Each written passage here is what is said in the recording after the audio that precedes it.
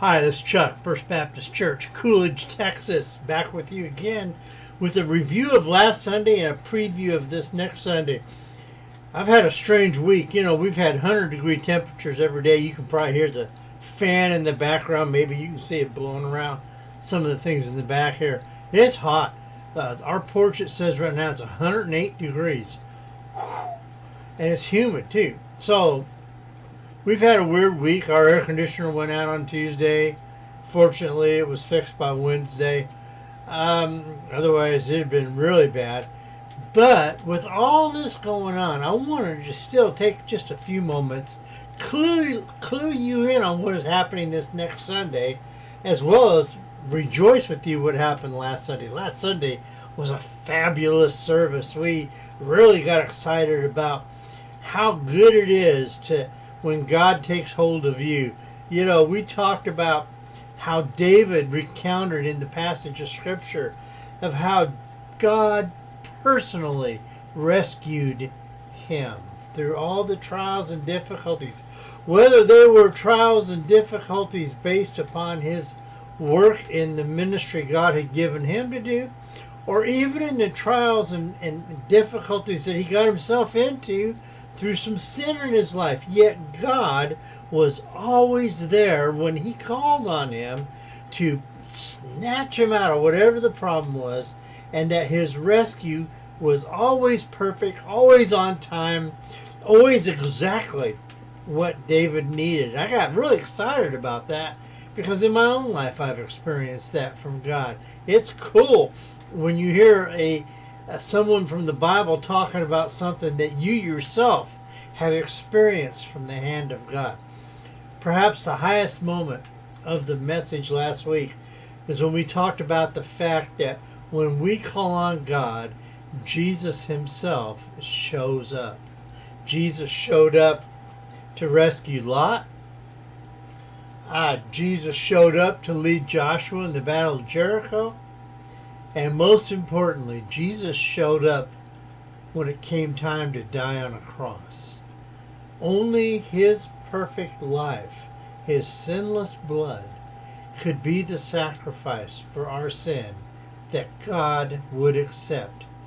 And we can tell by reading the Scripture that Jesus had fear of what he was about to face. But he showed up. He was there for you. He was there for me. And so we know Jesus shows up when we call on God. And so why wouldn't we call on God? Again, as you're doing the ministry that God has called you to do, and every Christian has a call to ministry, then as difficulties rise, as opposition rises, call on God, and Jesus will show up to help you every time. What a wonderful time we had in the Lord last week. Those of you that missed it, my heart breaks for you. I wish you could have been a part. You can go back and see the video on the YouTube channel if you'd like, or on the Facebook page if you'd like, from the message. But there was just something special in the service last week, and I'm thankful for it. Now, this week, we move on in 2 Samuel 22, and we're going to be looking at verses 21 through 25, and the title of the message is called Keep Me in Your Ways. Now, I'm not going to spill all the beans right now. I want you to anticipate next Sunday so you can come and have fun with us as we explore God's Word. But I will tip one thing to you. In our passage, in verse 21, David says, and I'll read it to you, "The Lord rewarded me according to my righteousness. He repaid me according to the cleanliness or the cleanness of my hands." Now that seems to be in disagreement with other passages of Scripture that we've read in the Bible, like for example in Isaiah, our righteousness is as filthy rags.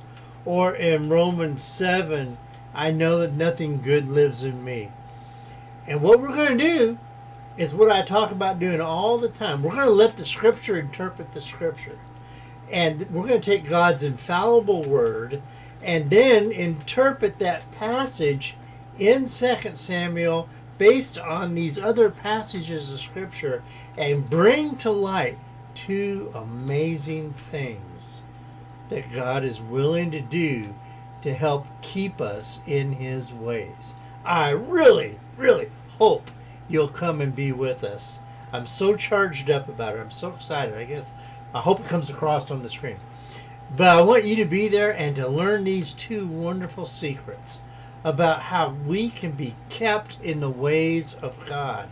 Because, I don't know about you, I've struggled in my ministry and life of having things that seem to kind of want to pull me away from the God I love. And I don't like that. Do you?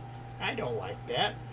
And so I'm excited to find out there's a way to overcome that. And I want to share that with you next Sunday. I hope and pray that you will be able to be with us and be a part of the service. If you can't be with us in person, check it out online at our YouTube channel. Search Journey of Faith Coolidge, Texas, and you'll find us. Or the same thing on Facebook page. Search for Journey of Faith Coolidge, Texas, and you'll find us there. And join us and be a part of what God is doing as we spend 2 months studying this classic, great chapter in the Old Testament about David's experience with the faithfulness of God. If God did it for David, He will do it for you. I'll see you this Sunday.